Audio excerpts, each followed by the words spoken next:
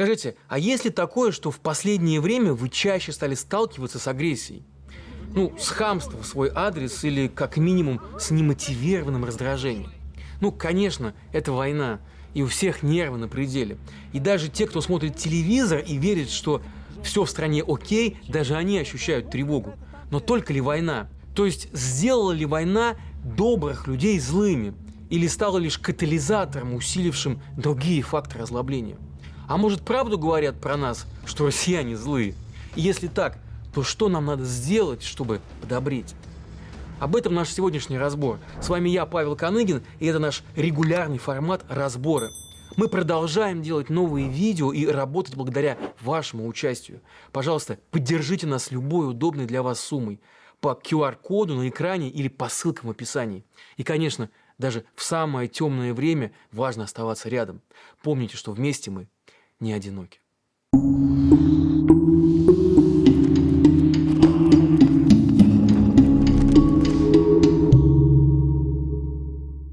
Сегодня мы с вами взвесим удельные доли добра и зла в нашем национальном характере.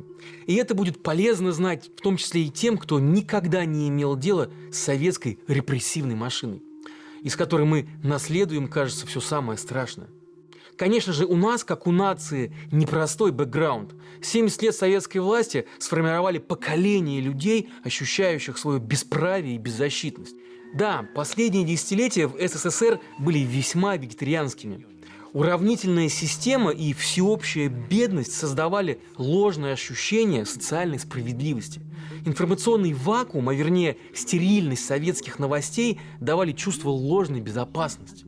Гражданам просто не рассказывали о реальном экономическом положении в стране, не рассказывали о погибших в Афганистане солдатах, не информировали даже о страшных катастрофах, например, таких как взрыв на Чернобыльской АЭС, ну или падение военного самолета на детский сад в Калининградской области, в результате которого погибли 24 малыша и 11 взрослых.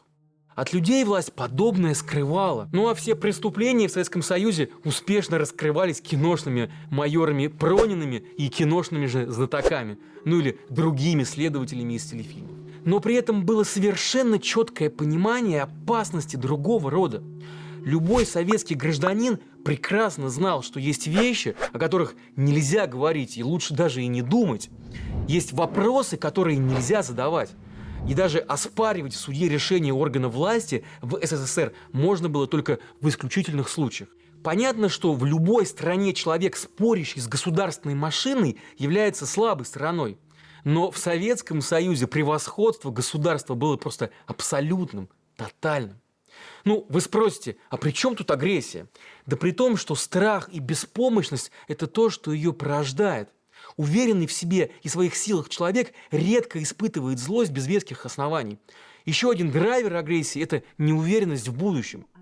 Его не было в Советском Союзе, но зато в избытке стало в 90-е годы. При этом страх и беспомощность никуда не делись и только усилились. Новая реальность ввела в жизнь многих бандитские порядки. Ну и бандитскую эстетику, и бандитские нравы. Кто не смотрел, например, культовые фильмы «Брат», «Бумер» или «Бригада»? И кто не сочувствовал их героям, киллерам и убийцам? Ну и у кого после этого на подсознательном уровне не отпечаталось, что силовое решение проблемы правильно и допустимо, и, главное, наиболее эффективно? Ну, впрочем, не стоит сводить все к застойным 80-м и хаотичным 90-м. Влияние тюрьмы на российское общество – вот эта история. Вот история и вот ответ. От тюрьмы, как и от сумы, у нас не зарекаются. Попадание в тюрьму в нашей стране, что при царях, что при коммунистах, не из ряда вон выходящее событие, а более-менее обыденность, причем для всех. За свободный нрав под каток попадает и 20-летний неопытный романтик, и 50-летний упертый зануда. Тюрьма меняет психику людей. Они выходят на свободу и несут в общество тюремные порядки и тюремную систему ценностей. В государствах авторитарного типа, наподобие нашего, где и жизнь на свободе немного напоминает тюремную, такое происходит как бы естественно. Так в нашу повседневность проникают вот эти все бандитские стереотипы. Самоутверждение за счет агрессии, признание силы как самого правильного способа решения проблемы, ну а также унижение слабых и не похожих на массу. Ну и вот внезапно незнакомые вам люди вдруг начинают судить вас не только за вашу позицию и мнение, но и даже за то, какие пристрастия вы имеете в отношениях, и даже просто как вы выглядите. Словно подростки с поломанным детством предъявляют сверстникам за шмот у гаражей, вот точно так же незрело ведет себя и общество взрослых людей, поломанных не меньше, сначала советской властью, ну а потом и цинизмом нового постсоветского времени. Меняется даже наша речь, она наполняется криминальными жаргонизмами, и от этого не становится добрее. Хуже того, любовь нашего политического истеблишмента ко всякого рода простонародно-бандитским словечкам придает им практически официальный статус. Вы придурки, нет? Что такое серьезно? Итак, агрессия – это следствие страха, неуверенности и беспомощности. Всего этого в нашем обществе в избытке. Помноженные на культ силы, который сверху внедряют власти, и одновременно снизу гопники, они дают свои чудовищные всходы. По России разливается злоба. Но стоп, а не русофобия ли это? Разве европейцы, например, не совершали зверства даже в 20 веке, не говоря о каком-нибудь средневековье, спросите вы? Разве не собирали толпы зевак публичные казни во Франции еще в 30-е годы прошлого века? Разве не было жестокого угнетения колоний, жители которых считались людьми второго сорта? Разве в 1960 году толпа американцев не освистывала 6-летнюю черную девочку Руби Бриджес, осмелившуюся прийти в школу для белых? Да, все так, все именно так и было. И это подводит нас к важному выводу. Народы, как и каждого конкретного человека, можно воспитывать. Более того, некоторые методы самовоспитания американского или европейского народов кажутся странными даже нашим либералам и западникам, однако именно они дают возможность понять, как это работает. Ну, смотрите, советские методы воспитания на поверку оказались не очень эффективными. Все старшее поколение россиян проводило детство на пионерских линейках, где хором пело «Хотят ли русские войны» и маршировало под плакатами «Миру мир». Ну и что же? Теперь именно среди этого поколения, вот среди именно их, больше всего и есть сторонников идеи бросить на Украину и даже на натовские Польшу с Великобританией ядерную бомбу. И вот, кстати, про русофобию. На востоке современной Германии, где ровесников наших дедов и родителей воспитывали в советском духе, уровень национализма гораздо выше, чем в ее западной части. Но чем отличалось воспитание детей в ГДР и ФРГ? И там фашизм признавался абсолютным злом. Но вот в ГДР, как и в Советском Союзе, это было чужое как будто бы зло. Какие-то фашисты-капиталисты, которых истребила доблестная Красная Армия, одновременно открыв немцам дорогу в светлое коммунистическое будущее. Ну, в этом контексте, кстати, очень символичен знаменитый памятник воину-победителю в Берлине. Там стоит огромный советский солдат и держит на руках маленькую невинную девочку, олицетворяющую немецкий народ. Так вот, в ФРГ немцы пришли к осознанию ответственности всей немецкой нации за преступления гитлеровского режима. Пусть и не сразу, за одно поколение, не вдруг, но все-таки они пришли. И у этого процесса тоже есть свой символ. Знаменитая фотография немецкого канцлера Вилли Брандта на коленях стоящего перед памятником восставшим в Варшавском гетто евреям. При этом сам Брандт после прихода Гитлера к власти бежал из Германии и занимался антифашистской деятельностью из-за рубежа. То есть у кого-кого, а у него личной вины ни перед кем точно не было. Не унизительно ли в такой ситуации вставать на колени? Не опозорил ли Брандт тем самым Германию, которую представлял? Не подорвал ли он себе рейтинг? И вообще, сколько можно извиняться? Кроме того, поляки сами хороши, вместе с Гитлером участвовали в разделе Чехословакии в 1938 году. Вот вопросы, которыми, наверное, задавались бы многие из нас. Притом не только ультрапатриоты, но и даже те, кто старается мыслить, скажем так, умеренно или даже прогрессивно. Но вот мы ставим так вопросы, и сейчас Россия бомбит Украину. А Брандт не ставил. И сейчас немцы пускают в свои квартиры украинских беженцев. Ну и какой народ в итоге оказался добрее?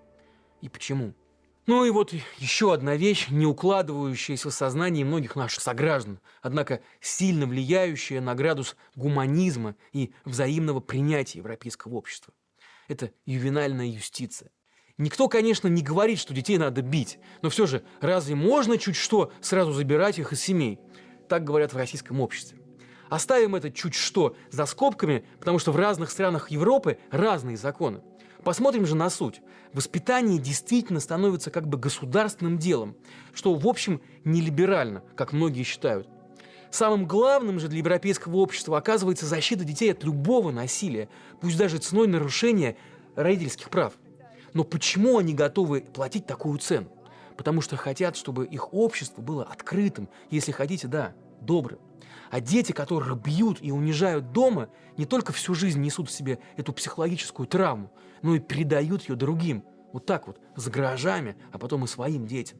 Россия идет по пути прямо противоположному. Еще в 1917 году домашнее насилие перестало быть уголовным преступлением. Побои в отношении родственников, по крайней мере, на первый раз, с тех пор караются только штрафом.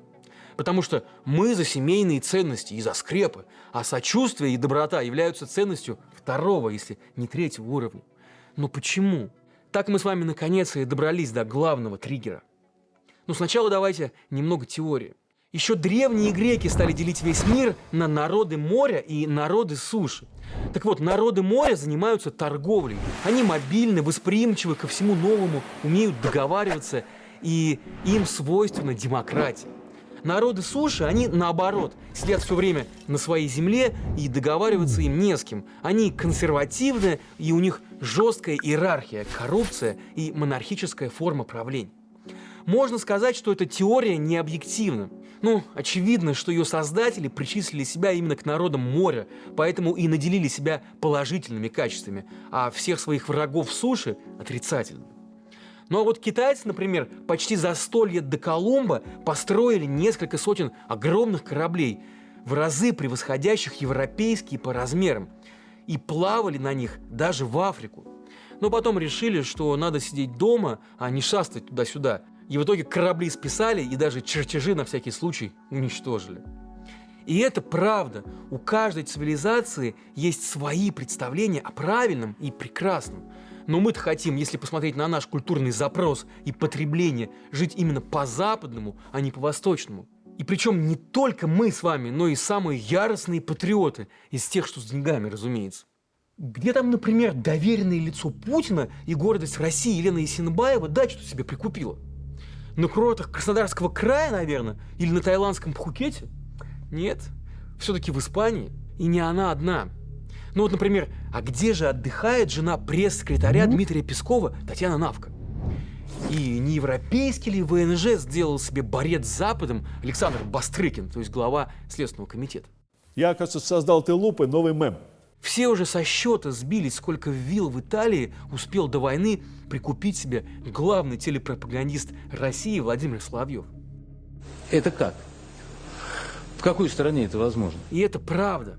То есть мы не только на словах, но даже на деле признаем, что у народов моря все складывается лучше, чем у народов суши. Поэтому и стремимся туда. Но в чем главное отличие между нами? Конечно, не в форме правления. Народы моря привыкли видеть перед собой представителей разных культур. Они не боятся чужих и умеют с ними договариваться, и умеют уживаться. Ну а для народов суши же чужой – это редкое явление, и относятся они к нему враждебно. В западной политической культуре есть такое важнейшее понятие – это diversity, то есть разнообразие. Это ценность разнообразного мира, открытого для всех. Людей любого цвета кожи, любой религии, точки зрения, языка, гендера и сексуальной ориентации, политических взглядов, наконец. Но, кстати говоря, вопрос ориентации, естественно, и для них самих является болезненным. Он и там решался с трудом. В большинстве европейских стран гомосексуализм был уголовным преступлением, вплоть до 70-х, кстати говоря, годов 20 века. А в Германии соответствующую статью отменили лишь в 1994 году. Это даже было на год позже, чем в России. Правда, то была другая Россия. Поэтому гей-парады, точнее гей-прайды, от английского слова pride, то есть гордость, так важны для современной Европы. Я не против геев, пусть они занимаются чем хотят, но зачем выставлять это наружу, на показ, говорит по такому поводу среднестатистический обыватель в России. И он или она в корне заблуждаются, потому что прайд – это не про то, кто чем занимается. Это именно про то, что люди должны не просто иметь право быть теми, кем они хотят. Они должны иметь право и возможность не скрывать этого. А те, кто считают себя нормальными, в кавычках, так вот, они должны уметь признавать, что рядом с ними находятся другие люди, и они не хуже. Это не только про секс, это вообще про все. Просто секс – наиболее выпуклая характеристика. И если вы научитесь уважать людей, которые спят не с теми, с кем вы считаете правильными спать, то научиться уважать людей с другой точкой зрения или с другой религией будет уже пара пустяков. Не говоря уже о том, что никто никого не будет бить за гаражами за шмот. Я здесь не берусь судить, насколько далеко европейцы продвинулись в этом направлении, им самим виднее. Но вот мне понятно, что Россия движется точно в прямо противоположную сторону. Они хотят уметь уважать и принимать, ну а мы учимся разделять на своих и чужих и ненавидеть. Точнее, власти пробуждают у нас это самое низкое и низменное. Наверное, все тоже растет из советского прошлого, где вместо ценности разнообразия была ценность единогласия. А научиться привыкать к чужому люди не могли, потому что от всего чужого их защищал железный занавес. Но проблема, еще раз, не в бэкграунде. У европейцев он тоже так себе, но они хотят стать добрее, а мы? Не пора ли и нам тоже пересмотреть те самые традиционные ценности, базирующиеся на насилии и непринятии других? Ведь мы и правда народ не злой, просто доверчивый. Так вот, может, нам стоит перестать верить всем тем, кто наускивает нас друг на друга. Попробуем. Продолжение следует.